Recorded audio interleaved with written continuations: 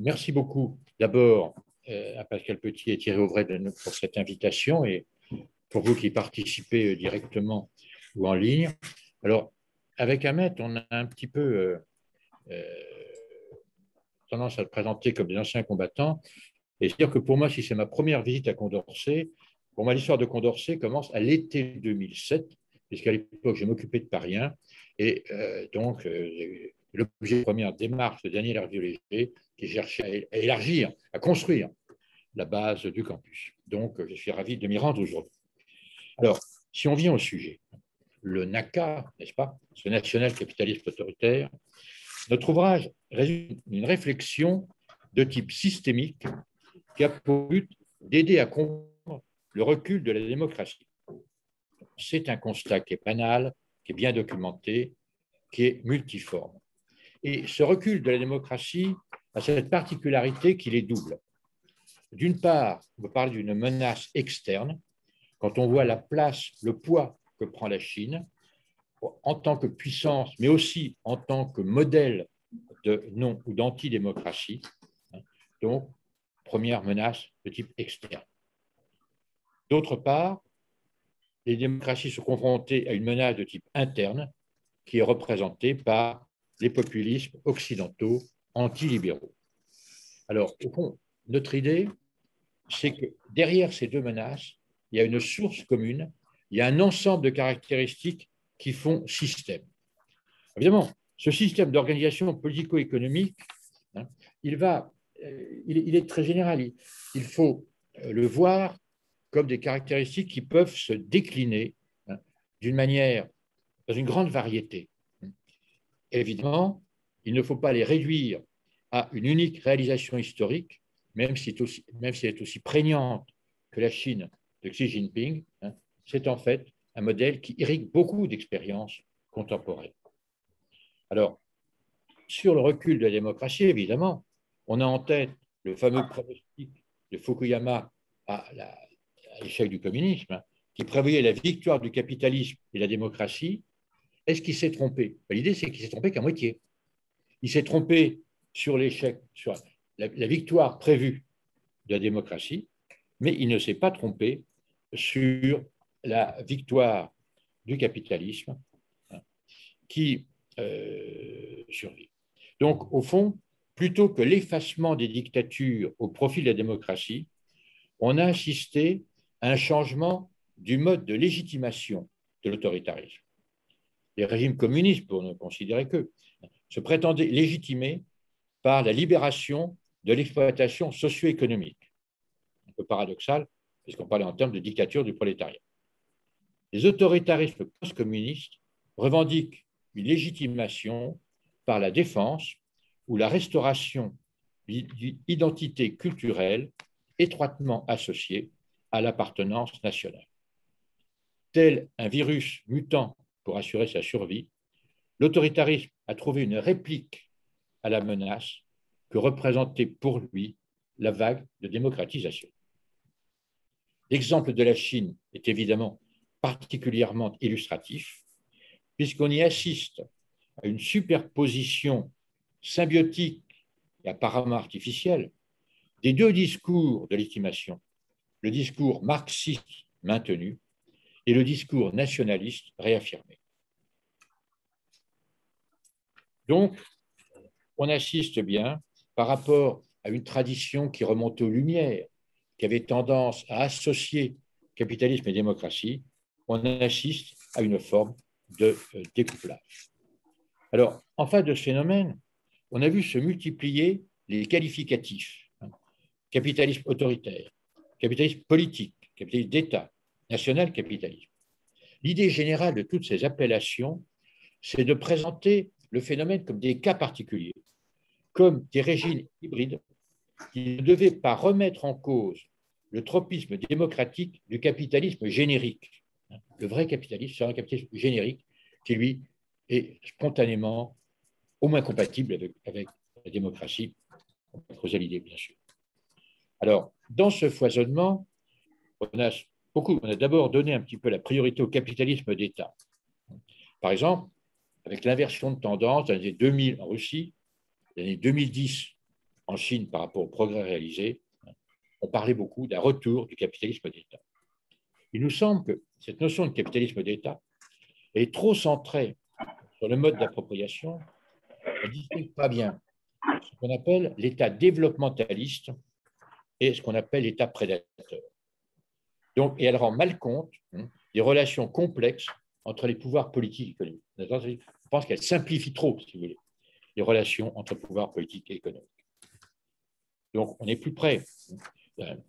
Ces analystes, Friedberg, qui écrivent en 2017 que les défis autoritaires russes et chinois, plutôt que d'un capitalisme d'État, relèvent d'un capitalisme autoritaire nationaliste. Plutôt, évidemment, c'est plutôt l'idée avec laquelle on renoue et qu'on veut systématiser. Alors, on voit l'expression apparaître. En 2003, en Malaisie, on parle d'un national-capitalisme qui se porte bien. Et bien sûr, c'est surtout dans cette Asie du Sud-Est, avec l'exemple de Singapour, que le concept, on peut trouver des origines du concept. Donc, l'expérience de Lee Kuan Yew à Singapour, c'était vraiment le success story d'un régime de capitalisme à la fois autoritaire, performant et pérenne. Alors, c'est intéressant de remonter historiquement une filière qui nous amène à l'Allemagne wilhelminienne, de l'Empire, la fin de l'Empire allemand, passant par le Japon du Meiji, qui sert de modèle à Singapour, et on sait que Deng Xiaoping est allé lui-même a beaucoup vanté ce modèle de Singapour. Donc, on a une expérience historique, une continuité historique, un peu de la même manière, si vous voulez, que l'on croise, que l'on retrouve la problématique sur l'émergence, sur l'origine, la modernisation autoritaire. On a une séquence historique d'émergence du capitalisme autoritaire et une séquence historique d'émergence de la modernisation autoritaire. On pourrait y revenir. Alors, la réussite politique de Singapour, si vous voulez, elle mérite de retenir l'attention parce qu'elle est exemplaire en cela qu'elle mobilise les trois piliers de légitimation d'un pouvoir autoritaire. Et c'est vraiment une logique qui est au cœur de notre réflexion. Un régime autoritaire, même dictatorial, totalitaire, ne peut vivre de la seule répression. On sait que la Chine actuelle est assez experte en forme de répression, très subtile et sophistiquée à l'intérieur, beaucoup plus brutale sur ses marges, et pourtant, malgré cet investissement dans la répression, le régime ne pourrait pas survivre s'il ne mettait pas en œuvre des processus de légitimation. Alors, quels sont ces trois piliers de la légitimation? C'est la légitimation par les performances. Il faut obtenir, sur le plan économique, des résultats qui permettent de satisfaire en gros la population, pour éviter un niveau d'adhésion au régime suppose un minimum de progression de niveau de vie, de satisfaire une certaine clientèle du régime et de satisfaire aussi les besoins de l'État, de son appareil, notamment de sécurité, si on parle de Chine, ou de divers investissements de prestige, par exemple, qui seront liés à l'autocratie. Alors, en particulier, ces résultats économiques, ces performances économiques sont essentielles, je dirais, pour faire accepter les inégalités, qu'elles s'affaiblissent, et on voit monter, évidemment, une contestation des inégalités qui paraît supportable. Quand tout le monde gagne un peu, on accepte les inégalités. Quand ce n'est plus vrai, il y a beaucoup plus un potentiel de contestation politique par rapport aux inégalités qui est beaucoup plus important. Ce qu'on appelle ensuite la légitimation procédurale. Alors, on voit que beaucoup de ces États dits illibéraux maintiennent des procédures de consultation électorale plus ou moins forcées, plus ou moins biaisées. Après tout, la Chine elle-même revendique la pratique d'une démocratie consultative, voire participative. Comme quoi, les États autoritaires conservent ce besoin d'une légitimation de type procédural. Puis enfin, une légitimation idéologique. Alors, dans l'exemple asiatique, c'est l'évocation du socle de valeurs partagées qui favorise l'ordre, le travail, la tradition familiale, les fameuses valeurs asiatiques. Ce n'est pas toujours très différent dans la justification d'un certain nombre de populismes contemporains.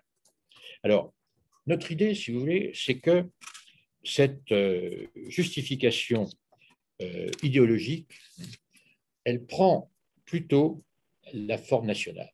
Quel est au fond l'intérêt d'une justification, de ramener au fond, d'avoir une lecture nationale, identitaire de la justification idéologique?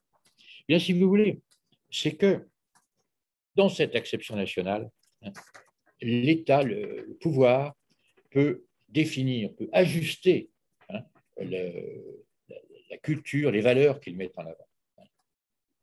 Un exemple qu'on peut prendre, c'est celui de la Turquie, où vous avez un État qui va jouer entre le pilier, le référent islamique et le référent nationaliste. Et donc, la politique peut jouer. Alors qu'une législation purement idéologique, dans les systèmes, disons, communistes, l'idéologie, c'était marxiste-léniniste pour tout le monde. Si vous avez un peu de nationalisme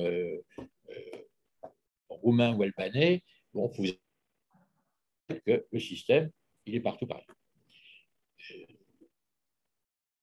Si les États, les pouvoirs peuvent jouer, et on voit que même dans les pays qui évidemment se réfèrent à des systèmes de justification plus larges, bon, ça peut être l'islam, dans des populismes centre-européens, c'est une forte référence chrétienne par exemple, il y a toujours ce prisme d'une lecture centrée nationalement qui est pratique pour ces gestions. En particulier dans cette gestion, l'affirmation, bon, c'est très connu dans toute la littérature sur le populisme, c'est cette d'opposition, de valeurs qu'on définit par opposition. On est contre un autre pays, une culture, une religion, une race, ce eux opposés au nous. Alors, c'est sans étonnement qu'on voit mobiliser les références à Carl Schmitt, le fameux, on cite tout le temps, c'est une référence très galvaudée. L'essence du politique se trouve dans la tâche de distinguer correctement l'ennemi et l'ennemi, l'ami et l'ennemi.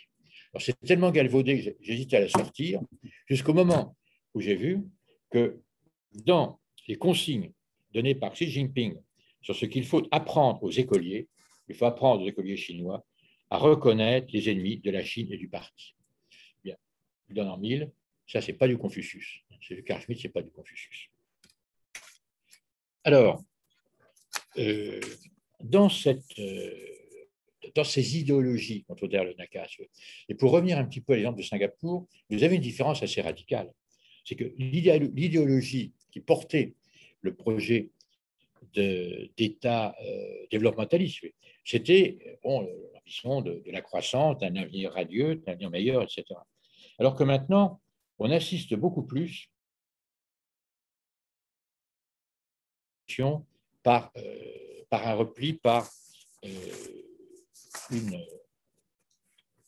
impression ciblée, une impression de déclassement. Alors, pourquoi c'est cette analyse à travers un prisme idéologique, l'enseignement de déclassement? C'est assez simple. Prenez un phénomène de déclassement économique. Dans une analyse traditionnelle, immédiate en termes de niveau de vie, on va se tourner vers des politiques compensatrices. On va se tourner vers une revendication de type social, Charlot d'Esprit. Si, avec une médiation culturelle qui le transforme, qui transforme ce déclassement économique en déclassement culturel, à ce moment-là, le contre-coup, ce n'est plus de demander une revendication, je dirais, sur le niveau de vie, c'est une restauration d'un statut et que compromettent les politiques d'affirmation nationale identitaire, donc que promettent pas. Donc, on a ce glissement. C'est ce contexte, si vous voulez, idéologique de justification qui joue dans ce glissement où on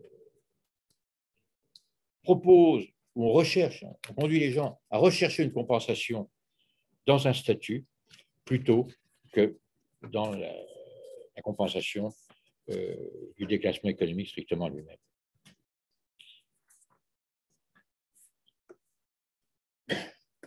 Alors, on essaie de ne pas être trop long, on demande de ne pas être trop long. Alors, si vous voulez, on parle de national-capitalisme autoritaire, ça nous amène un peu aussi à revisiter le thème du nationalisme et à retrouver, si vous voulez, une distinction qui remonte à 1944. On parle de deux nationalismes, un nationalisme de l'Ouest ou civique, et un nationalisme dit de l'Est ou ethnoculturel. Alors, évidemment, c'est un peu facile à première vue de considérer que ce qui est mobilisé dans ces régimes de Naka, dans ces stratégies de légitimation, c'est beaucoup plus ce nationalisme dit de l'Est ou ethnoculturel. On voit bien la ethnoculturelle est assez parlante dans beaucoup de ces exemples. Bon. Bertrand Badi, les travaux récents, parle d'un néonationalisme de repli, d'affirmation et de revanche qui l'oppose au nationalisme d'émancipation du 19e. C'est une question qui est intéressante de creuser. Les choses sont plus compliquées que ça, mais c'est aussi une de ces pistes. Et ça montre un petit peu, si vous voulez, en quoi ce concept côtoie, recoupe toute une série d'aspects qui relèveraient plutôt de philosophie politique, d'économie stricto sensu, et c'est assez englobant comme réflexion. Alors, ce modèle, si vous voulez, comment il va se caractériser? Sur le plan politique, on va chercher à assurer la légitimation dans la durée d'un système de pouvoir fondé sur autosélection des cadres dirigeants, échappant aux limites et au contrôle d'institutions démocratiques. Là encore, les moyens utilisés, ils peuvent être très différents en fonction du degré d'autoritarisme du régime considéré. Qu'on parle de dictature orwellienne à la chinoise ou de l'illibéralisme de certains pays occidentaux, les degrés sont très différents. Mais on pense qu'il y a un certain continuum dans une logique. Si vous voulez. Alors, bien sûr, dans ce contexte, si vous voulez, il faut réduire ou supprimer l'exercice des libertés publiques, le jeu des contre-pouvoirs, et en contrepartie, obtenir le soutien actif ou passif des citoyens en cultivant le sentiment d'adhésion à des valeurs communes, donc présumé résulter de l'appartenance à une communauté nationale, et ce qui est très important, sans médiation par les élites culturelles. Cette mise hors jeu de la médiation par les élites culturelles est fondamentale dans ce dispositif. Alors, sur le plan économique, si vous voulez, il s'agit bien d'un capitalisme. On pourrait dire d'un capitalisme dans lequel le poids de l'État reste fort en termes de régulation, parfois en termes capitalistiques. Et comme je le disais un petit peu tout à l'heure, ce qui nous paraît le plus important, c'est une forme d'érosion des frontières entre public et privé. Là encore, les modalités peuvent être très différentes. Mais de manière générale, on a la formation d'une sorte d'écosystème qui associe les dirigeants politiques, les détenteurs du capital privé. Bien sûr, la corruption, qui est souvent dénoncée comme un sérieux problème pour ces régimes, est dans ces conditions constitutive d'un capitalisme de copinage, on appelle un chronique capitalisme dans la littérature. Alors là encore, en Chine, c'est un peu cette double appartenance aux partis, les principales fortunes détenteurs des grandes sociétés industrielles ou financières en tant membres du parti, donc d'un système un peu de contrôle, de participation et contrôle. En Hongrie, le copinage et les réseaux de copinage autour d'Orban, c'est très différent, mais c'est le même esprit, si vous voulez, d'une forme d'érosion du système. Donc, alors, cette logique, si vous voulez, on peut d'abord la caractériser comme néo-patrimoniale, dans lequel un certain rapport personnel, si vous voulez, ce futur rapport de marché. Et aussi, alors, un peu une autre expression, une logique prébandaliste, qui est un petit peu la différence entre prébandaliste, c'est, si vous voulez, que le droit concédé est révocable dans le système de prébandalisme. Dans le système néopatrimonial, si vous voulez, si on remonte à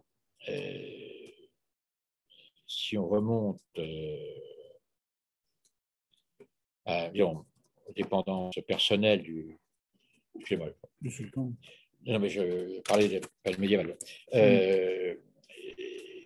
On a un statut personnel qui est établi, qui est difficile à répudier. C'est le vassal. Le vassal est dans un statut personnel qui n'est pas facile de répudier. Dans la logique prébendaliste, les droits sont révocables. Et donc, évidemment, le contrôle exercé sur le client est beaucoup plus fort. Et ceci est parfaitement illustré par les campagnes, le ciblage des campagnes anticorruption. Le ciblage des campagnes anticorruption permet que chaque puissant en termes financiers et économiques sait qu'il est vulnérable, sait qu'il peut être désigné dans la prochaine campagne, on trouvera toujours le moyen de la campagne. Et donc, vous voyez que le degré de dépendance du possédant, au fond, du pouvoir économique par rapport au pouvoir politique s'en trouve évidemment tout à fait accru. Alors, cette logique nationaliste qui est constitutive du national-capitalisme autoritaire explique le tropisme de ce système en faveur de politiques de type mercantiliste. Encore, ce sont des modalités qui dépendent un peu de chaque pays. Et donc, les marges de manœuvre institutionnelles, juridiques ou politiques que ces régimes peuvent mobiliser. Ça vient des marges juridiques, des marges institutionnelles. Là encore, ça se décline sur les pays, mais en règle générale, le pouvoir recherche d'avoir des marges de manœuvre qui lui permettent de jouer, de biaiser sur l'avantage compétitif. Et donc, de construire un avantage concurrentiel national, competitive advantage au sens de porteur. Et c'est donc la connexion sur la problématique d'efficacité économique de Seneca, elle tient à deux marges. D'une part, évidemment, être capable de stimuler les acteurs, d'obtenir une adhésion des gens, à la fois sur le plan politique et sur le plan d'une action efficace sur le plan économique, mais aussi de mettre en œuvre des mécanismes qui leur confèrent un avantage concurrentiel. Alors, à mettre sur ce point parmi d'autres. Et pour terminer, j'ai fait des interrogations d'étape, puisque ce n'est qu'une étape. En quoi on peut se demander en quelle mesure les évolutions récentes remettent en cause notre analyse. Bon, le bouquin, il y a quelques mois, et puis maintenant, par rapport au moment où on l'a écrit. Alors, est-ce qu'en Chine et en Russie, certains durcissements actuels signifieraient un retour au capitalisme d'État? Point d'interrogation. Deuxièmement, en Occident, il existe, si vous voulez, un courant un peu parallèle d'analyse alternative en termes de néolibéralisme autoritaire. Est-ce que ça rejoint notre avis? On ne pense pas complètement, on peut en discuter. Et puis, dans les pays du Sud, est-ce qu'il y a d'autres compromis institutionnels et systémiques qui plutôt confortent, plutôt infirment notre analyse ou la limite? Voilà quelques questions qu'on pourra retrouver tout à l'heure après avoir écouté l'ami Ahmed. Merci. Merci. Merci pour votre accueil. Pierre-Yves a fait balayer à peu près l'ensemble des questions que nous avons identifiées autour de ce concept de national-capitalisme autoritaire. D'abord, je rappelle que le concept que nous avons proposé, national-capitalisme, évidemment, c'est un peu provocateur puisque ça renvoie directement au XXe siècle l'appellation national-socialisme. Est-ce que c'est la même chose? Non, pas du tout, puisque le national-socialisme était un régime de dictature ouverte avec certains auteurs utilisent même le modèle même du totalitarisme. Or, le national-capitalisme autoritaire, évidemment, d'abord, c'est du capitalisme, alors que le national-socialisme, le fascisme, le stalinisme étaient des manières de sortie de capitalisme ou des mélanges avec les modèles communistes montants ou des réponses réactives aux modèles communistes montants. Alors, en ce qui concerne l'avantage compétitif, comment il s'institue dans les pays que nous identifions appartenir au régime de national-capitalisme autoritaire? La plupart ont été signalés par Pierre-Yves Hénin. Je voudrais les regrouper autour de 5 chapeaux. Premièrement, c'est le régime du marché. Deuxièmement, c'est le régime de propriété. Troisièmement, les types de relations internationales. Quatrièmement, le type d'organisation politique. Et cinquièmement, le mode de légitimation politique dont bénéficient les pouvoirs dans ce cadre. Ça nous permettrait peut-être d'arriver aussi à mettre en place des typologies très grossières, évidemment, des différentes typologies, des variétés du national-capitalisme autoritaire. En ce qui concerne comment l'avantage compétitif ou l'avantage concurrentiel se met en place, d'abord dans le cadre d'un mécanisme de marché. C'est-à-dire que ce sont des régimes dans lesquels le marché est maintenu comme mécanisme d'ajustement principal. Il ne s'agit pas d'économie planifiée, d'économie publique majoritaire. C'est d'abord des mécanismes d'ajustement. Le marché joue le rôle de mécanisme d'ajustement principal, mais c'est un marché étroitement contrôlé. C'est un marché contrôlé par le pouvoir politique et ce contrôle peut être très massif, très ouvert, comme dans le cas de la Chine, mais aussi quasi direct, ou bien ça peut être un contrôle beaucoup plus épisodique, indirect, discret, mais autant efficace, en tout cas dans les limites de l'efficacité du pouvoir, par exemple dans le cas de la Hongrie. Ces interventions modifient évidemment les mécanismes de l'avantage comparatif. Elles permettent de mettre en place un mécanisme d'avantage compétitif par le biais qui se rapproche, comme vient de dire Pierre-Yves, des mécanismes d'avantage absolu. Et comment? D'abord, en cherchant à réduire les coûts de l'économie par la politique fiscale, par les bas salaires. Tayyip Erdogan, depuis la semaine dernière, réclame ouvertement une politique de bas salaire par le biais de dévaluation compétitive, par exemple. Faible exigence environnementale, aussi c'est un argument de compétitivité. De l'autre côté, donc du coup, utilisation des politiques de flexibilisation du marché de travail.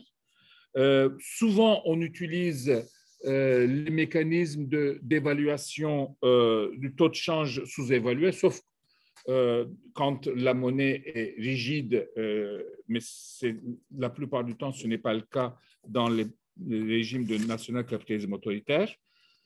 Des caractéristiques institutionnelles pour coordonner les entreprises. Et puis, on retrouve aussi le rôle de la justice, la disponibilité de l'appareil judiciaire pour favoriser les décisions politiques d'ingérence dans la vie économique. Et enfin, il existe un réseau d'entreprises publiques, comme dans le cas de la Chine, ou des entreprises que nous appelons à guidage politique, qui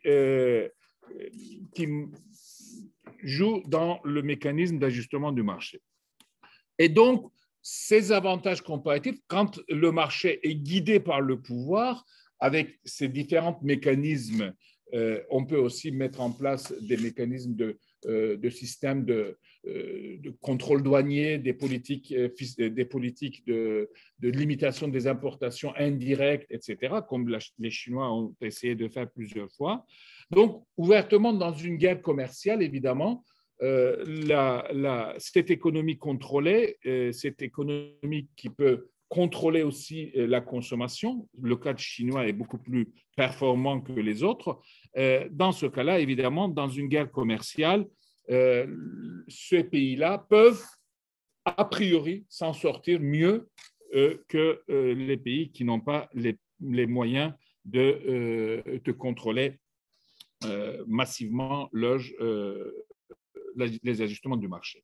Le régime de propriété, deuxièmement, la propriété est privée, théoriquement, juridiquement, sur le papier, la propriété essentiellement privée, mais la direction de l'entreprise est inféodée au pouvoir la plupart du temps, directement ou indirectement par le biais de l'appartenance au parti ou par le biais de la proximité nécessaire avec la présidence en Russie ou à la famille régnante comme en Turquie ou en Hongrie.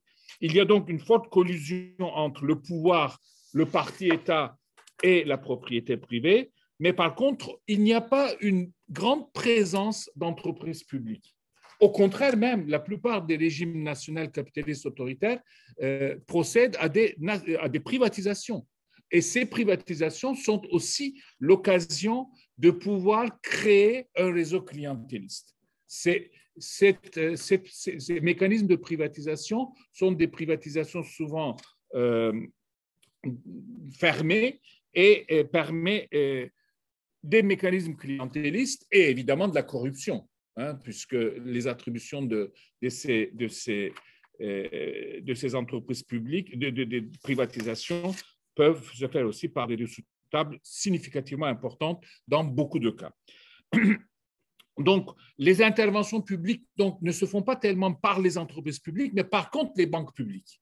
Les banques publiques sont très importantes pour accorder des crédits à taux bonifiés à des entreprises amies du pouvoir.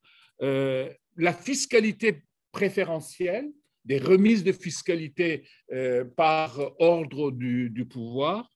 Et évidemment, ceci permet d'avoir un réseau d'entreprises privées inféodées au pouvoir.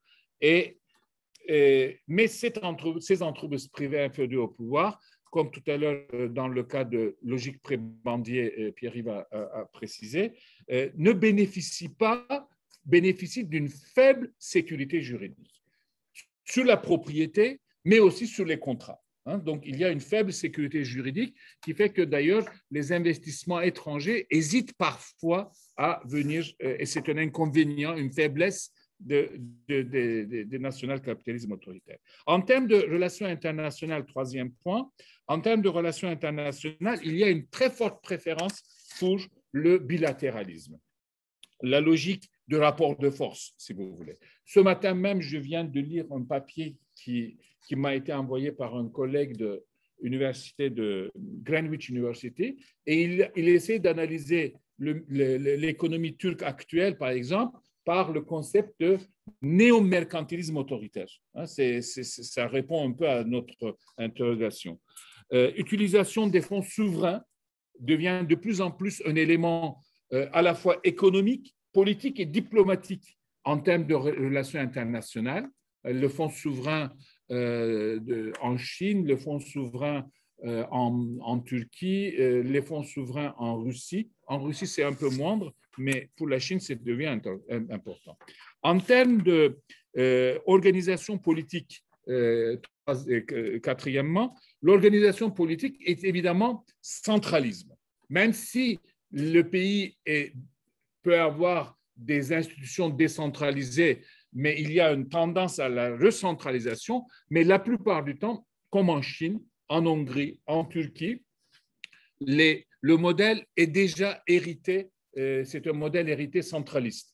Par contre, en Inde, on voit bien dès qu'il y a un peu de décentralisation, c'est-à-dire des États un peu qui élisent directement leur gouverneur, etc. Là, le modèle national capitalisme autoritaire se heurte à des résistances. Pour le Brésil aussi, Bolsonaro a une tendance au NACA, mais il y a des résistances par le biais des gouverneurs élus dans les différents États fédéraux. Nous avons vu la même chose avec Trump. Pour le cas des États-Unis, les résistances sont plus fortes quand le régime n'hérite pas d'emblée d'un mécanisme, d'un système centralisé. Les campagnes nationalistes ou les campagnes nationalistes sont fréquentes. C'est un nationalisme identitaire. Alors, l'identité peut être ethnique dans le cas de Chine, un peu l'identité Han qui est un peu mis en avant. L'identité peut être religieuse ou ethno-religieuse. Dans le cas de la Turquie, c'est une identité ethno-religieuse turco-musulmane. Dans le cas de Orban, c'est une identité religieuse moins ethnique, mais beaucoup plus catholique européenne, puisqu'il se présente comme un défenseur du de l'européanité catholique, mais en même temps utilise bien entendu les Hongrois, l'idée de la Hongrie, de la grande Hongrie perdue, et avec les Hongrois qui sont en Roumanie, en Slovaquie, etc. Alors, la création des entreprises, des réseaux d'entreprises privées, du coup, sont labellisés comme des entreprises nationales, mais ce n'est pas des entreprises publiques. Il ne faut pas se tromper sur le terme. Quand on entend entreprise nationale dans le cadre de national capitalisme autoritaire, il ne faut pas comprendre comme des entreprises publiques. Ce sont des entreprises dont les propriétaires sont inféodés au pouvoir. On appelle ça des entreprises nationales, autochtones, etc., avec des mécanismes clientélistes, bien entendu. Ces mécanismes clientélistes sont principalement, j'ai parlé de privatisation pour la création de ces richesses, mais les mécanismes de fonctionnement courant, ce sont les marchés publics. Le principal moyen de connexion financière du pouvoir avec le réseau d'entreprises entre guillemets nationales, ce sont l'attribution des marchés publics. Deuxièmement, ce sont des soutiens financiers sélectifs. Et troisièmement, le contrôle des nominations des dirigeants, le contrôle direct ou indirect de nomination des dirigeants, et parfois des confiscations ou des saisies de biens avec une logique d'accumulation néo-patrimoniale. Donc, le national-capitalisme autoritaire est une forme de capitalisme politique, l'utilisation politique des finances, de la technologie, du commerce et une catégorisation des entreprises, comme précisait Pierre-Yves, en amis et ennemis. Pas simplement la population, les entreprises aussi peuvent être classées en amis et ennemis par leur localisation géographique ou par leurs propriétaires. Donc, les frontières entre public et privé, en économie comme en politique, mais aussi en économie, les frontières entre public et privé deviennent floues, deviennent glissantes, et ces frontières sont déplacées dans un sens ou dans l'autre. C'est pas forcément, le frontière ne s'élargit pas forcément au profit du public au détriment du privé ou l'inversement. C'est dans les deux sens, selon les besoins de légitimation, les besoins conjoncturels du pouvoir. Et il y a une sorte de trickle-down effect, un effet de ruissellement que vous connaissez bien en économie, mais cette fois-ci, l'effet de ruissellement fonction des entreprises les plus proches du pouvoir qui disposent de la très grande majorité des marchés publics, mais ils ne réalisent pas la totalité de ces marchés publics. Et il y a après des entreprises sous-traitantes qui créent du coup un réseau de PME qui sont aussi dépendantes du pouvoir, mais indirectement, par le biais des grandes entreprises. Enfin, sur le plan politique, les processus électoraux sont la plupart du temps maintenus. En Chine, pas tellement, il n'y a pas de processus électoral au sens propre du terme dans le cadre de partis uniques, mais ailleurs, plus ou moins retenu. Dans certains cas, le processus électoral est plutôt libre. Les conditions de campagne électorale sont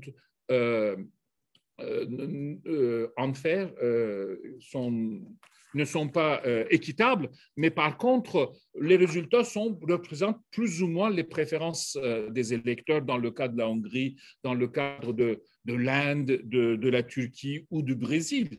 Mais à côté de ces processus électoraux, l'autoritarisme donc intervient aussi sur la limitation des droits individuels. Il n'y a plus la séparation des pouvoirs et par conséquent, il n'y a plus séparation de pouvoir de l'exécutif et du juridique. Et c'est l'un des aspects les plus significatifs des mécanismes d'exercice du pouvoir du national-capitalisme autoritaire, c'est la disparition de l'autonomie ou de l'indépendance de la justice. Aussi bien de la justice pénale que de la justice commerciale, mais surtout, bien entendu, ceci a une conséquence très nette au niveau de la justice pénale. On appelle ça la démocratie illibérale, on appelle aussi ça démocratie autochtone, etc. Ces nationalismes sont utilisés comme des moyens de légitimation politique mais aussi comme des ressources économiques. Le nationalisme est utilisé, par exemple, en Hongrie, mais surtout en Turquie, comme un moyen de parler d'une lutte de libération nationale économique que toute la population, et du coup les populations les plus défavorisées, c'était les salariés, les salariés qui sont surtout non qualifiés, doivent participer par leur acceptation, leur effort en acceptant donc des salaires faibles, des coûts de la vie qui augmentent. Et c'est jusqu'à ce que, justement, la population commence à remettre en cause la légitimité du pouvoir. Donc, le nationalisme identitaire est aussi une ressource économique de mobilisation et d'encadrement. Alors, pour terminer, les variétés du national-capitalisme autoritaire.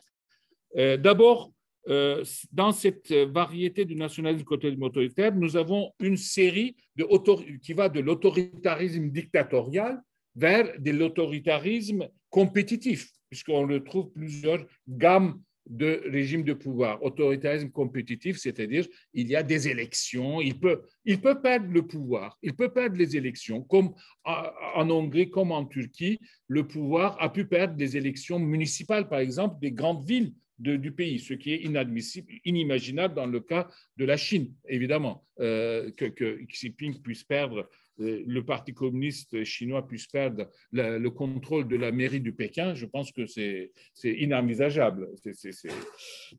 Donc, nous avons un premier modèle, c'est le modèle chinois. C'est ce que nous appelons le national-capitalisme hégémonique ou à vocation hégémonique.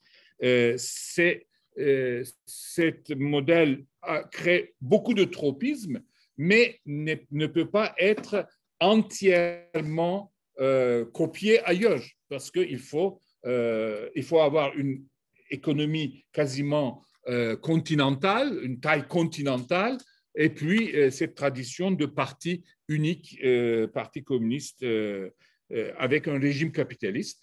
N'oublions pas que dans le cas de la Chine, le nationalisme se décline d'abord le parti, après l'État, après la société. Dans le cas de la Chine, c'est d'abord la défense des intérêts du parti qui prime sur l'État et sur la société.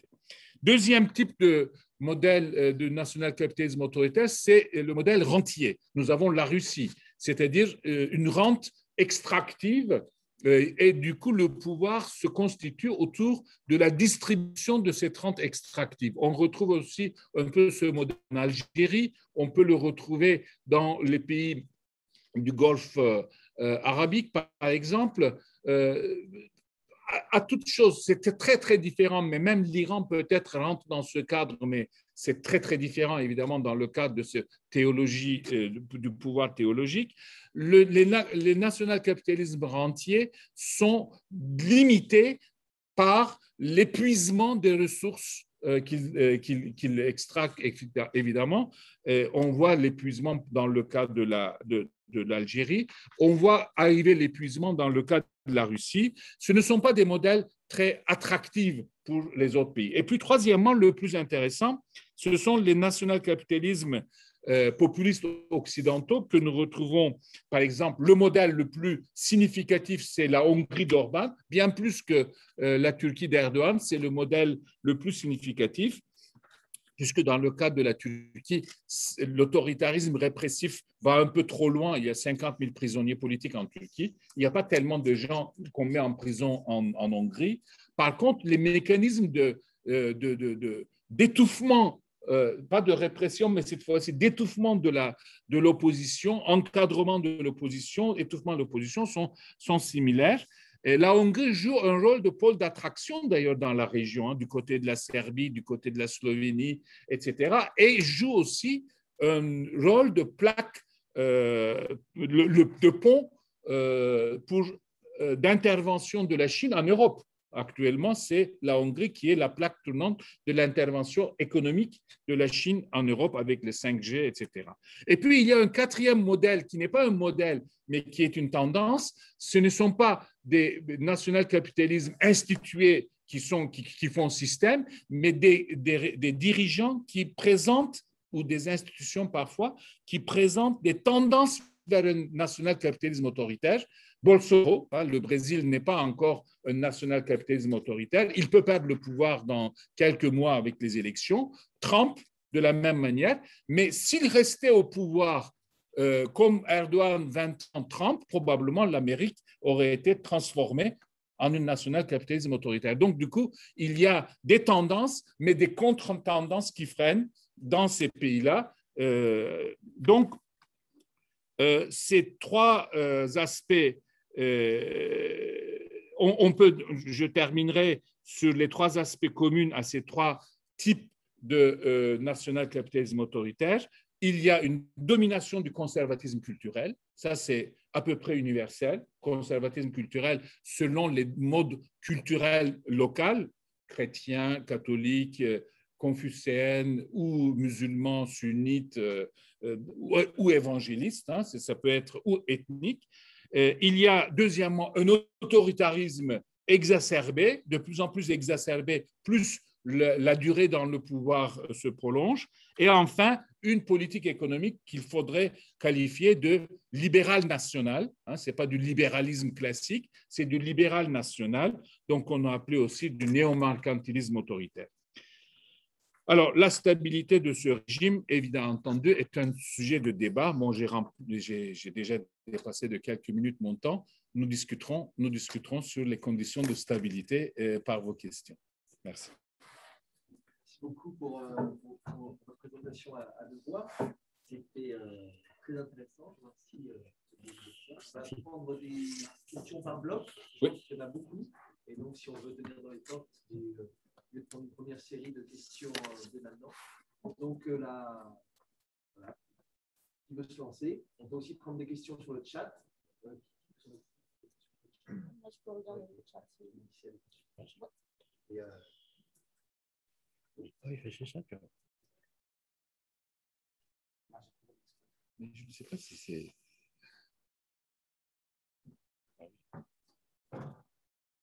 Voilà.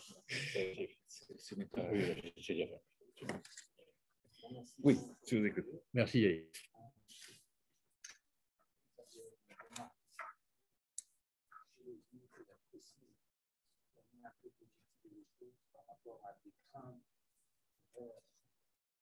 Donner lieu à des sentiments plus ou moins violents, pour empêcher d'objectiver la situation et de la poser de manière institutionnelle précise, pour que ça rentre dans un débat scientifique.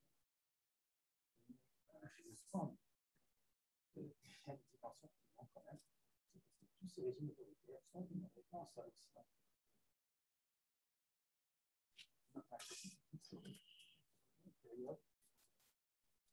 Soit la Chine, là aussi, on a des antécédents historiques, des guerres, des positions très fortes avec le modèle occidental. Donc, ces régimes sont à la fois des régimes colonisés à court terme, des débats à la fois politiques et politiques,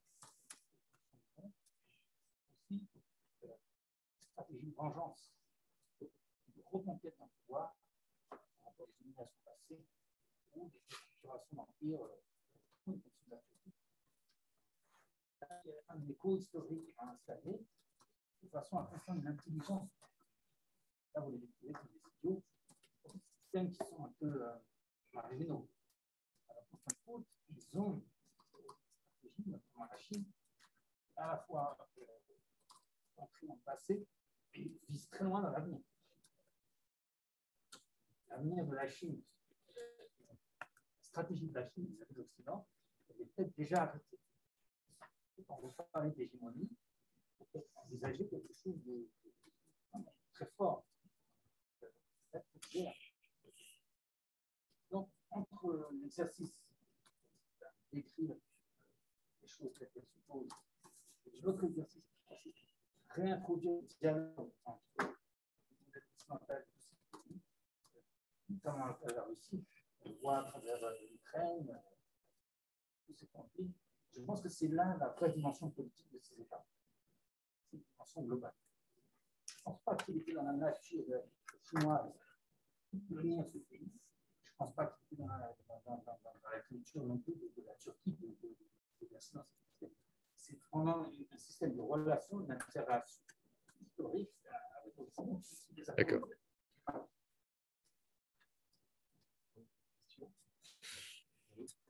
C'est vraiment important, ça.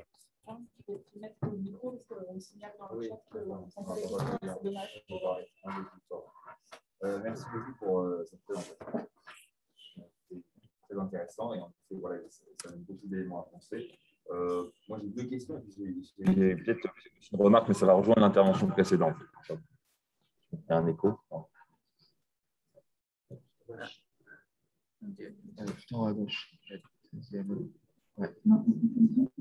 Voilà.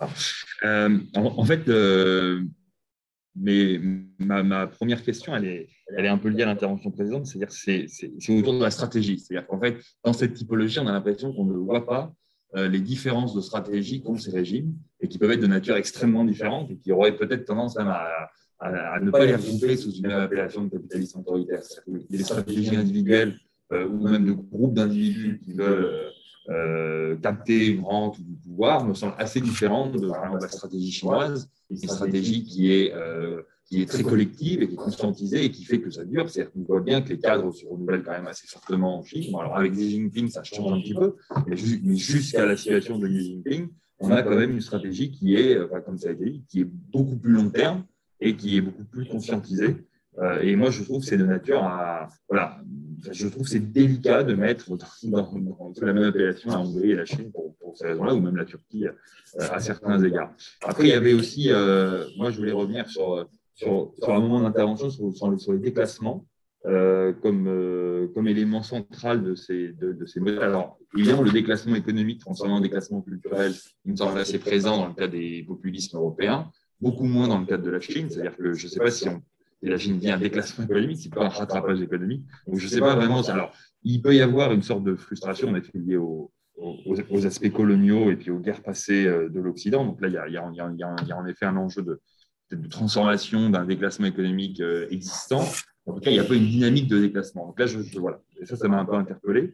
Et puis après, mais vraiment pour essayer d'être court aussi et synthétique, pour aller dans le sens aussi peut-être de l'intervention d'avant, c'est que je trouve cet exposé intéressant sur les différentes typologies. Mais finalement, est-ce que ce n'est pas des logiques similaires aussi à l'œuvre dans les démocraties? Et donc, ça interroge peut-être la notion d'avoir classé ce capitalisme autoritaire et de ne pas avoir pensé une sorte de continuum des logiques, puisque en réalité, on a l'impression que l'ensemble des États sont en train de reconfigurer leurs institutions au regard de nouvelles problématiques qui émergent, qui sont ingérables dans l'état actuel.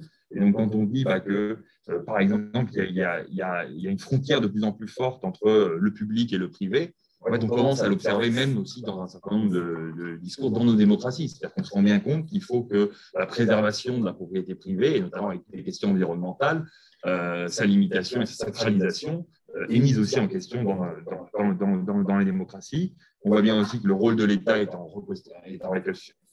questionnement aussi dans les démocraties. Donc finalement, est-ce qu'il n'aurait pas fallu plutôt faire une typologie qui intègre aussi peut-être des logiques à l'œuvre dans les régimes démocratiques? Et est-ce que finalement, cette classification de capitalisme autoritaire, est-ce que c'est vraiment une classification en termes de typologie ou c'est plutôt juste des tendances qu'on observe dans l'ensemble des systèmes économiques? Voilà. Merci. C'est tellement riche qu'on a presque tendance à vous demander pour répondre. Je me permets d'enchaîner la discussion. Allez-y. Attends, quand je t'amène le micro. Allez-y. Alors, c'est vraiment comme ce qui vient d'être dit. C'était quand je vous ai écouté à plusieurs reprises, je me dis, mais finalement, il se passe la même chose dans de nombreuses démocraties, et notamment sur une des caractéristiques que vous avez présentées, c'est sur la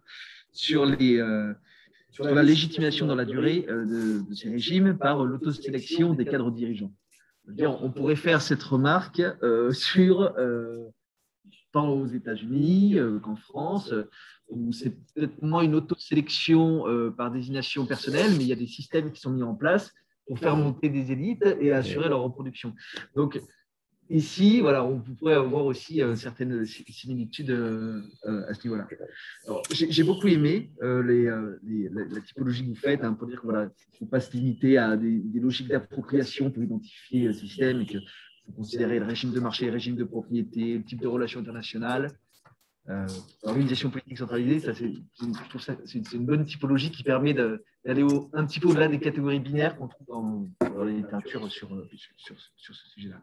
Et là aussi, une fois qu'à partir de ça, vous présentez vos catégories, par exemple le national-capitalisme autoritaire rentier, avec la Russie et l'Algérie, où est-ce que vous mettez les Émirats arabes unis, par exemple, dans le capitalisme rentier? Parce que J'ai fait arabe, pays golfe. Oui, ok, d'accord, je n'avais pas entendu. Alors, donc, parce que là aussi, c'est une logique, une stratégie totalement différente. Ce sont précisément eux qui développent les fonds souverains, comme la Norvège, en fait, aussi, c'est un pays rentier, avec une logique de préservation de la rente par le biais de produits financiers plutôt que par une rente extractive. Donc, c'est voilà, des petites remarques qui allaient plus dans la continuité de ce que je venais d'être dit. On va attendre parce que. Oui, on attend déjà. Sauf si ça converge. Hein. Si c'est très lié à cette grille-là, ben, si on est dans ce que. Visiblement, il y a une grande convergence dans ces questions. Tant qu'on est en convergence, on peut y aller.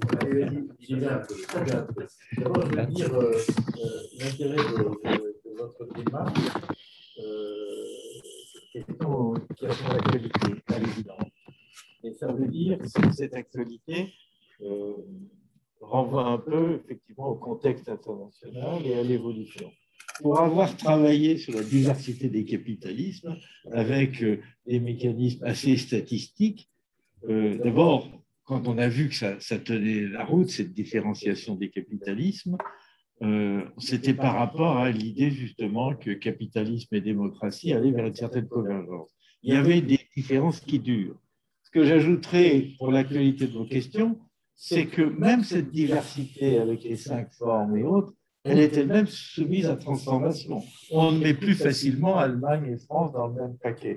Donc, je reviendrai un peu sur l'importance. D'abord, le séminaire a son sens. Il faut voir qu'ils sont tous très élaborés là-dessus. Et quand on voit les différences scientifiques, ils amènent à ça. Le séminaire d'avant, c'était sur les hiérarchies dans les pays. On part de divisions entre l'agriculture qui se transforme à l'agriculture qui porte déjà son idée de qu'est-ce que c'est que les rapports, les hiérarchies, les inégalités entre les personnes.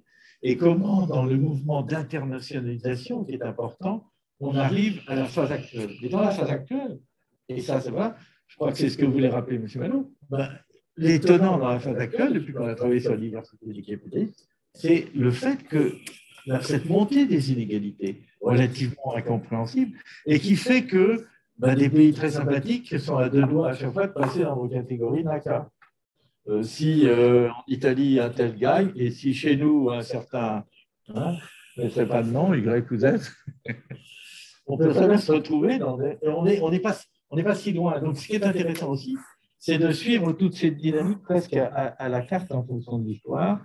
Il y a effectivement des, je ne vais pas insister trop, mais j'aimerais tirer du séminaire l'importance des fonds religieux, le passage rural, voilà. Le rôle que joue l'industrie, la stratégie chinoise, sa rente, c'était de jouer à fond cette classe ouvrière et avoir du pas cher.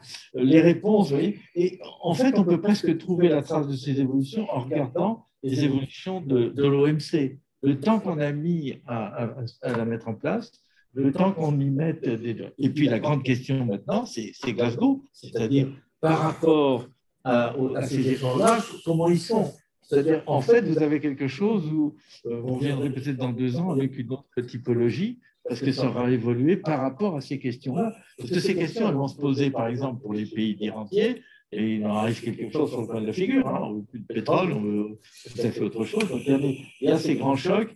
Il y a une interaction, il y a une mondialisation que l'on peut lire que vous parliez de ça, que l'on peut lire dans vos travaux. On est à une certaine phase. Ce que les négociations à venir ou les problèmes de climat imposent montrent qu'on va encore, non pas changer les typologies, mais y mettre peut-être différemment les pays, etc. Et ça pose la question de la démocratie. Et je pense qu'il y a des travaux dans cette maison, enfin la maison Les Messages sur la démocratie, qui sont tout à fait intéressants, ceux de Rosan Vallon sur cette fin du modèle capitalisme et démocratie, qu'on a intérêt à continuer à charger. Donc j'encourage aussi le séminaire à continuer à travailler que c'est que c'est les racines de cette démocratie et la façon dont les défis contemporains vont déplacer ces questions. Et les transitions sont tellement fortes que l'on assiste à tout ce que vous avez signalé comme mécanisme pour passer le cap. Entrer dans la mondialisation, par exemple, la bagarre de la Chine se comprend aussi comme sa volonté de garder son statut de PVD jusqu'à là, et puis de pouvoir avoir du travail pas cher, etc., dans le marché. Donc c'était de ce côté-là à la fois passionnant et bougeant avec, dans ce contexte international et historique. Excusez. Hein. Bon, je commence surtout parce que, comme j'ai un peu des... Ouais. Il y a une très bonne part, donc j'aurais oublié de tas de choses, donc il en restera beaucoup pour Ahmed. Très intéressant, c'est une assez grande comme convergence dans ce qu'appelle presque vos interpellations, si vous voulez. Alors, commençons par ce grand rapport à l'Occident. Ce grand rapport à l'Occident, bon, qui est présent, mais qui a sans doute des modalités de rapport à d'expérience, de rapport à des passés plus ou moins lointains, à des trajectoires perdues qui sont très différentes. Alors, je vais peut-être plus simplement répondre à la question en regardant l'impact du modèle qui est rattaché à l'Occident. Et donc, en gros, on va parler plutôt du modèle populiste. Et regardons un instant, si vous voulez, le modèle d'Europe centrale. Le modèle d'Europe centrale n'est pas une opposition à l'Occident historique. Au contraire, si vous voulez, il y a ces thèmes qu'on trouvait chez Conderas, qui est sur, je sais plus si c'est l'Europe, perdu un peu exactement. Il y a toute une culture, il bouge pas donc, on a une culture centre-européenne profondément à vocation occidentale et qui est justement mobilisée, qui se trouve assez adhérée à ces populismes. Et l'idée, c'est qu'ils ont été déçus par le type d'Occident. Ils visaient un Occident de valeurs traditionnelles, notamment chrétien, etc. Sous le communisme, ils rêvaient de l'Occident de tradition. Et ils se sont aperçus qu'assez rapidement, ils ont été pris dans une société beaucoup plus individualiste, beaucoup plus évidemment laïque, etc. Donc, évidemment, on peut dire que c'est une déception par rapport à l'Occident, mais ce n'est pas la relation au grand Occident impérialiste, colonisateur, etc. Alors, sur la Chine, si vous voulez, j'aurais tendance à là être un petit peu moins d'accord. Alors là, on trouve un problème de fond, c'est dans quelle mesure cette continuité du discours socialiste, de la société des idéaux communistes, ou de la référence civilisationnelle confucéenne, dans quelle mesure est-elle vraiment présente, ou est-elle surtout instrumentalisée dans la Chine actuelle? C'est là que j'hésiterais quand même à vous suivre. Évidemment, le langage et les principes comptent. Dans la capacité du régime chinois à s'accommoder de l'inégalité, il y a quand même surtout la préoccupation que ça aille trop loin, que ça fragilise. Le succès économique chinois, alors il y a un auteur qui le dit d'une manière tellement crue qu'on n'oserait jamais écrire, que entre les deux modèles occidentaux, plutôt libéral, plutôt social-dirigiste, le modèle chinois est un troisième modèle, c'est-à-dire celui où la dictature permet de réduire à zéro les droits des travailleurs. Et ça, c'est écrit. C'est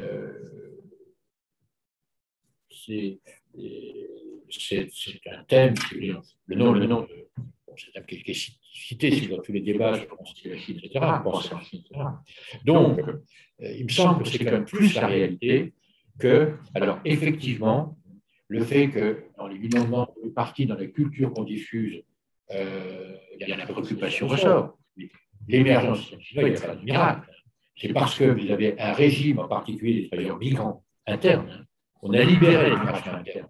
Mais les travailleurs venant de l'intérieur gardaient un statut privilégié. Ils ont systématiquement des situations défavorisées pendant longtemps, en termes de salaire, en termes d'absence de droits sociaux. Alors, moi, je veux bien qu'on me dise que cette culture un peu de solidarité, si vous voulez, elle reste dans cette société communiste, ça doit exister quelque part. Mais la locomotive, si vous voulez, du succès économique, il est pareil, il est beaucoup plus crûment, là-dedans.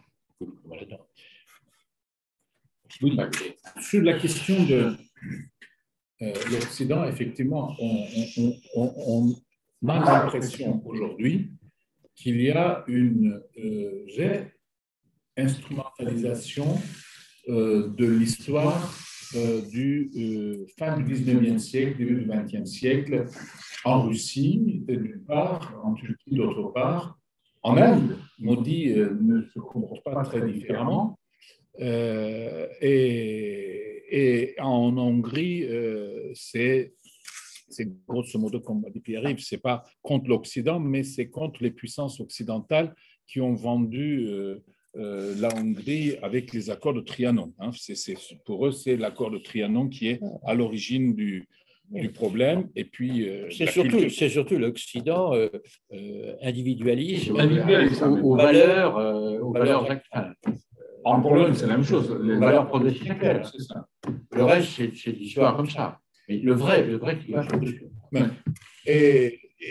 Mais il y a une instrumentalisation. Par exemple, dans le cas de la Russie, évidemment, on peut retrouver des thèmes anti-occidentaux ou disons que la Chine, d'un côté, la Russie et la Turquie, de l'autre côté, sont des cas.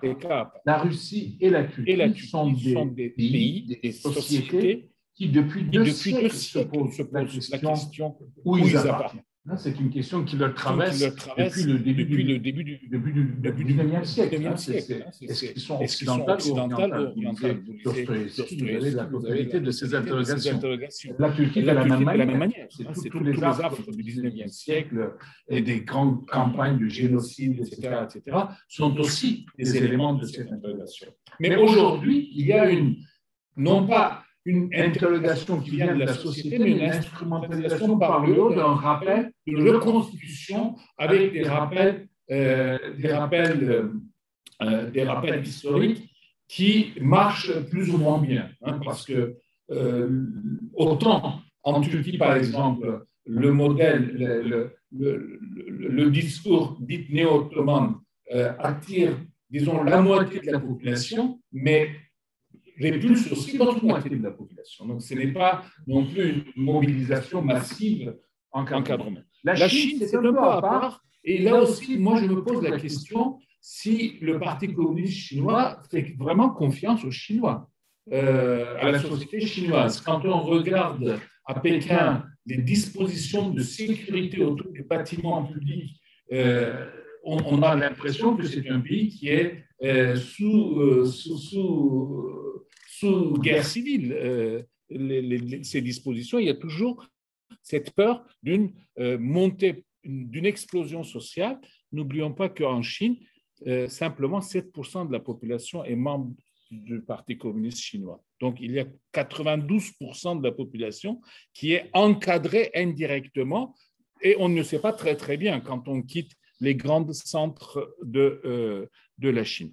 Enfin, par contre, il y a une stratégie contre l'Occident, mais pas que l'Occident. Il y a une stratégie contre les valeurs dites occidentales, c'est-à-dire essentiellement, surtout des droits de l'homme. Mais est-ce que les valeurs occidentales sont les droits de l'homme vraiment? Ça, je ne sais pas. Mais ça, en tout cas, c'est instrumentalisé dans ce sens-là. Et comme Amartya Sen le dit ouvertement dans un de ses récents ouvrages, il dit « Dès qu'on parle de valeurs locales, là, il parle de valeurs asiatiques, rappelez-vous immédiatement, dit-il, c'est un objectif, son objectif, c'est d'évacuer les valeurs des droits de l'homme de droits fondamentaux individuels. Dès qu'on met en place les valeurs asiatiques ou les valeurs autochtones ou les valeurs nationales en confrontation on met en avant, c'est pour évacuer les droits de l'homme.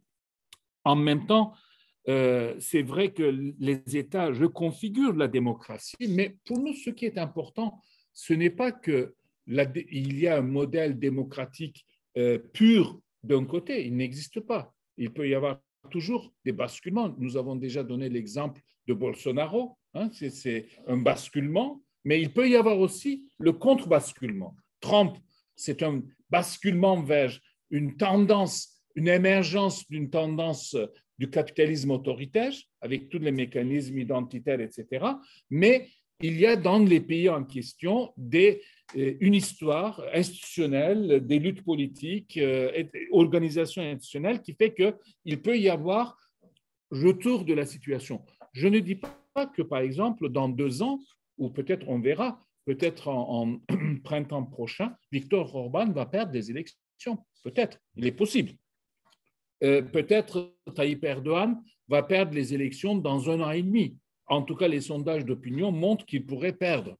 Ces régimes-là, par rapport à la Chine, par rapport à la Russie, ces régimes sont plus intéressants parce qu'ils ne sont pas les régimes établis, stabilisés. Ce sont des situations dynamiques et nous ne savons pas comment le national-capitalisme autoritaire organisé dans ces régimes-là peut basculer. Est-ce que, par exemple, l'opposition, s'il arrive au pouvoir en Hongrie, s'il arrive au pouvoir en Turquie, va pouvoir vraiment changer le mécanisme ou est-ce qu'il y a une dépendance de sentier qui s'est installée? Ça, nous ne savons pas.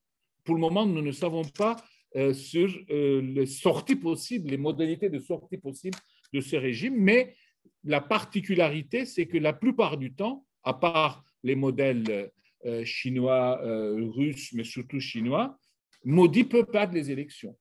Hein? Et donc, ces élections, le retour d'alternatives, politiquement est possible, mais est-ce que économiquement sera porteur d'un changement et dans quelles conditions, nous ne savons pas. Autrement dit, ce que nous ne savons pas, c'est que les national-capitalismes institutionnalisés, quelles sont leurs capacités de résistance quand le politique change. Hein, c'est quelque chose que nous ne savons pas.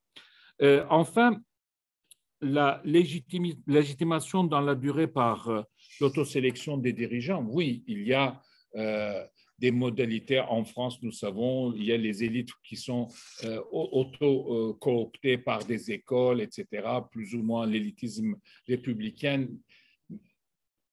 Mais ce n'est pas la même chose entre la modalité chinoise de cooptation et les modalités élito-bureaucratiques ou élito-institutionnelles de cooptation en Amérique par les grandes écoles ou en France par les grandes universités ou en France par les grandes écoles.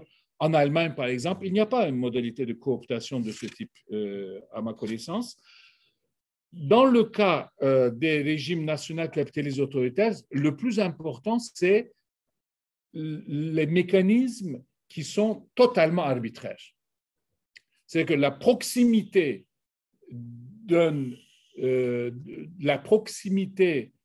au pouvoir est déterminée par, nous ne savons pas comment d'ailleurs, à part les relations familiales, c'est totalement l'arbitraire. Comment les 8 entrepreneurs qui sont constitués autour de Tayyip Erdogan et qui représentent 80% des marchés, reprennent 80% des marchés publics, comment ils sont constitués? Là, c'est vraiment l'arbitraire, la proximité à un moment donné.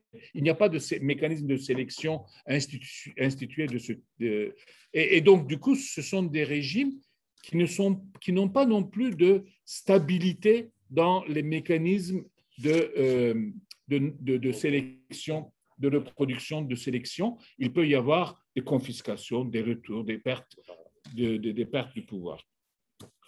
Voilà.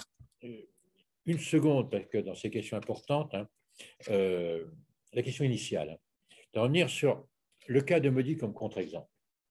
Il est très intéressant parce que quelque part, il serait marginal dans le NACA, certainement, il est en plein dans le modèle et il est à la fois marginal. Oui. Alors, en particulier, Modi ne mobilise pas contre l'impérialisme anglais. Il ne mobilise pas contre la menace nationale chinoise. Il mobilise contre la présence de l'islam, donc cette construction d'un autre, et ce besoin d'homogénéiser,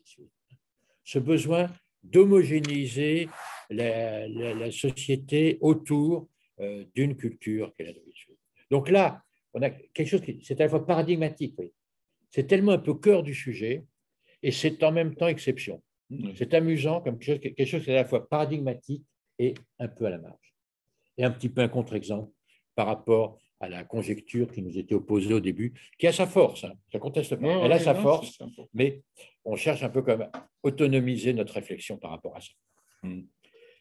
Par exemple, la Turquie aussi, Erdogan, quand on regarde de très près, après on va passer à d'autres questions, quand on regarde de très près, est-ce que Erdogan tient un discours anti-occidental pour défier l'Occident, ou est-ce que Erdogan tient un discours et une posture anti-occidentale pour transformer la moitié de la Turquie qui est pour l'occidentalisation, pour adhésion à l'Union européenne, et donc le transformer en ennemi? Donc ça, c'est plutôt le premier, le second, parce que c'est comme ça qu'il gagne les élections.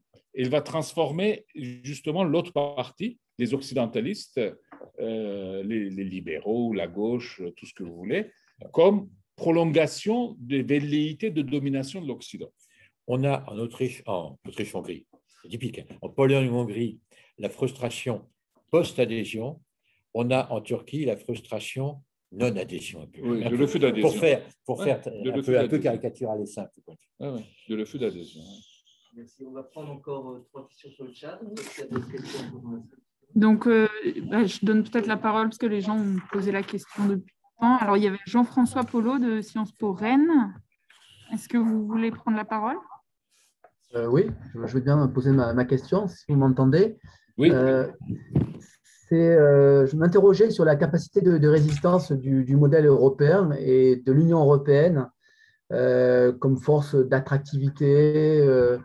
Parce que si on regarde ces pays comme la Pologne, la Hongrie ou même la Turquie, ils défient l'Europe, ils provoquent l'Europe, mais pas au point d'être prêts à en sortir, ou pour la Turquie, à renoncer au moins dans les discours à la référence à l'adhésion, peut-être aujourd'hui très lointaine, à l'Union européenne. Donc on a l'impression que, en tout cas pour ces régimes au sein de l'Union européenne,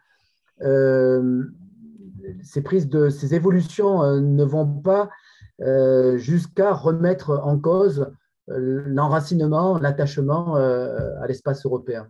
Qu'en pensez-vous? On prend les autres questions. Comme vous souhaitez. Il y avait ensuite...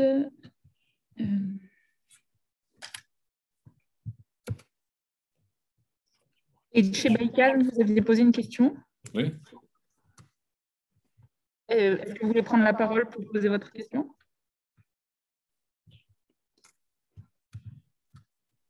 Ah, pardon.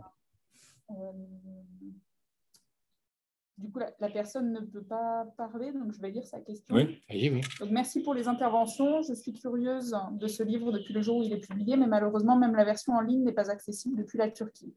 Ma question, c'est sur les politiques du changement climatique que des pays comme la Chine, et la Turquie mènent. À votre avis, le fait que la Chine ait signé un pacte avec les États-Unis ou que la Turquie ait finalement ratifié l'accord de Paris vont finalement pousser ces pays pour qu'ils changent leur politique économique extractiviste. Et vous pouvez retrouver la question dans le chat. Et enfin, il y avait Alice Saint-Ingre. Est-ce que vous voulez prendre la parole pour poser votre question? Oui, merci beaucoup. En fait, c'était une poursuite de la question de Jean-François, c'est-à-dire que, en fait, s'ils existent, ce qui n'est pas sûr, est-ce qu'il y aurait des ingrédients spécifiques de cette résistance et que je pourrais labelliser soit économique, historique, enfin des trajectoires historiques, institutionnelles, politiques, sociales, enfin peu importe le domaine, qui constituerait effectivement donc une résistance à ce développement du modèle donc des NACA.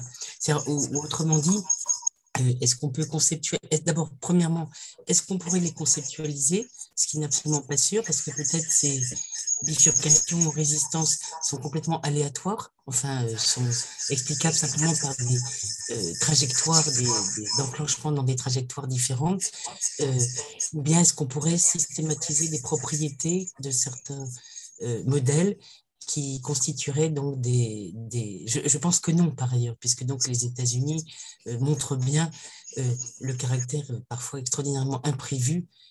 Mais en fait, ma question, c'est est-ce qu'on pourrait systématiser quelque chose qui serait un contrepoint de l'enclenchement dans ce type de modèle? Je ne pense pas, par ailleurs, mais je voulais avoir votre avis. Vous avez 5 minutes pour… D'accord. Bon, je vais utiliser, je ne sais pas si c'est le privilège d'avancer. De toute façon, je ne pourrais pas répondre à tout. Alors, la première question, c'est au fond les capacités de réponse, de résistance de l'Union européenne. Et j'aurais tendance à dire, la question, je la vois sur la marge externe et sur la marge interne. Bien que je crois que la deuxième partie de la question insistait plutôt sur la marge interne. Et à part, évidemment, la forme, une certaine forme, on peut dire un peu d'impuissance institutionnelle de l'Europe, de complexité du modèle politique qui lui donne beaucoup de mal à apporter des réponses à la fois légitimes et partagées. Bon, c'est la question de la résistance en général, compliquée par certaines formes de difficulté ou d'impuissance européenne. Bon. Sur le plan externe, bon, c'est évidemment un positionnement par rapport à la Chine. Le poids de l'Allemagne pour des stratégies très accommodantes, pour des intérêts économiques, qu'on peut quand même considérer comme problématiques. Bon. Sur le plan interne, ce sont donc les stratégies de réponse au populisme. Et alors, je vais peut-être passer en même temps une réponse à la troisième question en disant que dans l'impuissance européenne, j'aurais tendance à mettre la dépendance par rapport au modèle américain. Le défaut d'autonomie par rapport au modèle américain qui pèse dans l'affirmation d'un positionnement international et qui se transmet aussi. Alors, à propos de la résistance, j'aurais tendance à essayer d'y répondre en prenant mes 3 piliers de légitimation. Bien sûr, la légitimation, je dirais par les performances, on est confronté au problème de montée des inégalités, une contestation de la légitimité du modèle à cause des inégalités. Je crois que c'est un facteur important qui n'est peut-être pas aussi dominant qu'on le dit parfois, mais enfin il est grave en particulier quand la réponse en est déviée par cette dimension culturelle et le type de réponse identitaire qu'on voit malheureusement à travers le populisme. Du point de vue des processus politiques, bon, c'est tout le débat qu'il y a à la fois de la capacité de construire des légitimités politiques plus efficaces au sein de l'Europe et puis au sein des débats qui nous traversent sur les formes d'évolution de démocratie récemment ou autres. Peut-être sur le plan un peu idéologique des valeurs, si vous voulez, c'est peut-être là que j'aurais un avis personnel qui n'engage pas du tout forcément celui d'Ahmet. Je pense que la réponse doit être peut-être plus respectueuse quand même des cultures et des identités nationales. Il me semble que la réponse consistant à dire, par exemple, aux pays d'Europe centrale et orientale, voilà, il y a un modèle culturel prévalent et c'est à prendre et à laisser, et en particulier, il faut que vos sociétés acceptent de se le voir imposer par une instance judiciaire internationale. Je crois que là, il faut comprendre, même si effectivement il y a un vrai souci, il faut comprendre, si vous voulez, que dans la vie de pays, dans une culture de démocratie, demander à un pays, demander à une société d'accepter des inflexions très profondes, parfois de véritables renversements des normes, hein, et que ces renversements des normes, au lieu de venir par une évolution, une acculturation politique interne, viennent d'un organisme rattaché à un contrat supranational dont on ne s'était pas bien rendu compte qu'on y avait adhéré, si vous voulez, il y a un vrai problème. Et je crois que dans la capacité de résistance, notamment européenne, je crois qu'il y a un problème de compréhension, de la même manière qu'on nous dit qu'il faut faire attention de comprendre, bien sûr sans remettre en cause le socle de droits humains occidentaux. Il peut y avoir des caractéristiques de pays du Sud, hein, dans telle ou telle procédure démocratique qui peut ne pas être inutile de prendre en considération. Peut-être que si on avait plus pris en considération au moment de la décolonisation le rôle du palabre africain, il aurait peut-être mieux stabilisé les nouveaux États. Si vous... bon. De la même manière, voilà, je pense qu'il y a des phénomènes de compréhension et d'une acculturation par rapport à ces conflits de normes, si vous voulez, qu'il faut prendre en compte. Voilà. Mais je n'engage pas à mettre là-dessus. Oui, non, mais c'est important.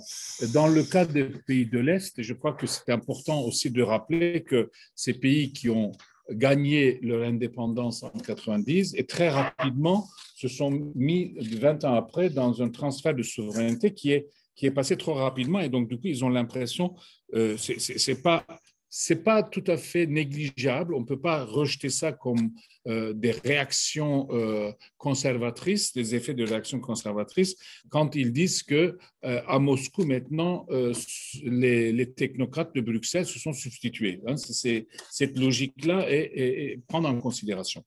Pour la Turquie, pour répondre à Jean-François Polo, Erdogan aujourd'hui ne veut pas apparaître comme celui qui a rompu l'engagement de l'adhésion, et cet maintien dans un espace de candidat-non candidat lui permet justement d'utiliser l'argument de l'hypocrisie occidentale. Donc, du coup, à la rigueur, il pourrait totalement dire, mais après tout, donc, je claque la porte. Il n'a pas intérêt à claquer la porte, et les Européens n'ont pas intérêt à lui dire qu'on claque la porte, parce qu'il y a aussi toute l'imbrication économique, les intérêts économiques des puissances américaines, des puissances européennes. Pour la question que Ece Baykal a posée, bon, si Ece m'envoie son mail, je pense qu'elle pourrait m'envoyer depuis la Turquie à İletişim. Je lui enverrai le document que nous avons fait, qui est sous forme de working paper de l'université du Centre d'économie de Paris et de la Sorbonne, qui est beaucoup plus en détail sur ces questions-là. Et enfin, je pense que ce qui est important aussi, c'est qu'il existe des ingrédients de résistance, votre question, il existe des ingrédients de résistance, mais ces ingrédients de résistance sont divers. D'ailleurs, nous ne savons pas pourquoi en Hongrie, il y a un régime de national-capitalisme autoritaire et pas en Slovaquie, par exemple. Nous ne savons pas pourquoi en Tchéquie, ça ne marche pas totalement comme en Hongrie. C'est-à-dire que les émergences non plus, nous ne savons pas, c'est un peu aléatoire. Il y a une conjoncture dans chacun des cas. Est-ce que Tayyip Erdogan, s'il n'était pas arrivé au pouvoir en 2002, est-ce que la Turquie aurait été dans la même trajectoire? C'est discutable tout ça, mais l'histoire est faite aussi beaucoup d'aléas, et l'avenir aussi est aléatoire. Simplement, deux choses. Premièrement, là où des traditions électorales sont fortes et ancrées, les régimes de national-capitalisme autoritaire sont toujours dans une perspective d'existence d'alternatives. Dans les pays où les régimes démocratiques ne sont pas ancrés, les régimes électoraux ne sont pas totalement incarnés dans la population, dans la société civile, ou quand ça n'existe pas du tout, comme dans le cas de la Chine, effectivement là, les résistances sociales démocratiques sont beaucoup plus aléatoires et s'exprime beaucoup plus par des explosions, par des révoltes que par des possibilités de transformation pacifique. C'est peut-être pour ça qu'en Chine, pour terminer, je dirais, en Chine, les dirigeants chinois disent, paraît-il, entre eux, selon les bouquins qui sont de plus en plus publiés par des dissidents chinois qui ont bénéficié des faveurs du Parti communiste chinois dans les années 2000-2010 et qui sont tombés maintenant en disgrâce, ils disent toujours que ce dont a peur le Parti communiste chinois, principalement, premièrement, ce n'est pas les États-Unis, ce n'est pas la Russie, c'est le peuple chinois. Merci beaucoup pour la présentation. Rendez-vous à tout le monde la semaine prochaine. Merci beaucoup. Pour la présentation de Malou ici présent. Qui nous présentera un travail sur les innovations et leurs effets sur la qualité de l'emploi et du travail. Voilà. Et donc, à la semaine prochaine. Et rendez-vous tout de suite à la